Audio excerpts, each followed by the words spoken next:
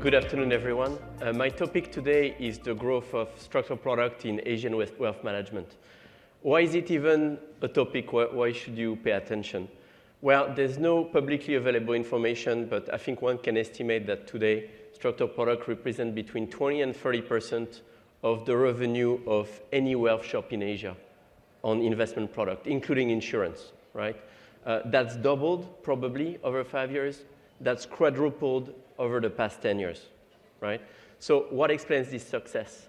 The word of structured product is broad. You can apply many perspectives, but I believe that fundamentally the root of success is in the fact that structured product offer formulaic outcomes. What that means is that if you get the view right, you will get the return, right? That's very important. Structured products are used to achieve essentially two things. One thing is to access assets and markets that would otherwise not be accessible. The other thing is to customize distribution of returns for investor. And so there's a huge universe of payoff that achieve participation, that achieve income, that achieve more complex outcomes as well, such as dispersion of or outperformance.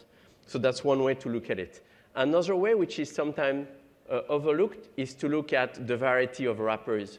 The delivery mechanism, the legal delivery mechanism that decide what can be sold to whom and how, right? Looking at Asia, there's many jurisdictions and there are very diverse approach to how those products are regulated. But if you take Hong Kong as an example, I can count at least 5 different structured product delivery wrappers, right? So what has changed, right? Why the relevance has increased so much over the past 10 years?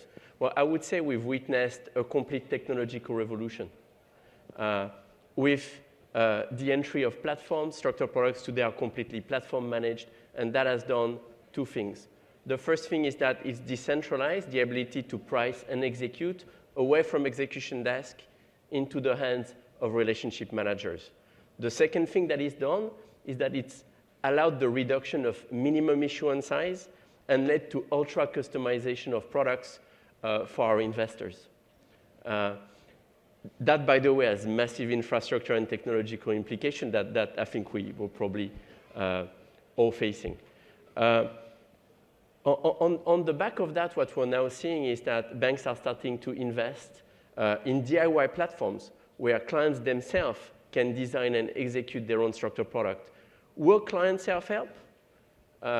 At the moment, fair to say, I mean, we've invested ourselves. It remains relatively marginal. But will they self-help? How do we take them on that journey towards self-helping? That's a billion-dollar question. Now, looking back 10 years, the market forces have also shaped the product offering. Pre-COVID, in an ultra-low interest rate environment, 99% of the products were capital at risk and equity-linked.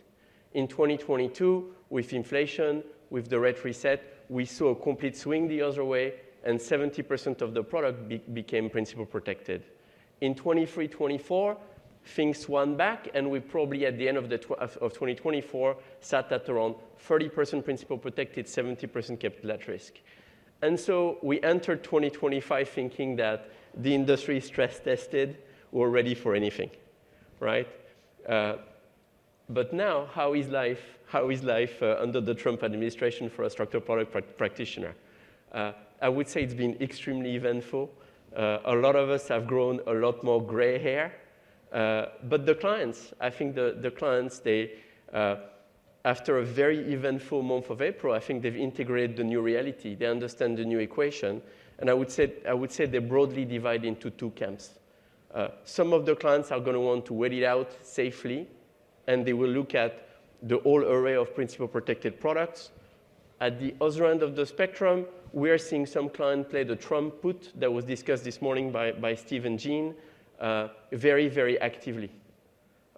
Looking at the industry, I do believe that we have the tools, we have the maturity, we have the risk management framework to be able to deliver those solutions to our clients safely.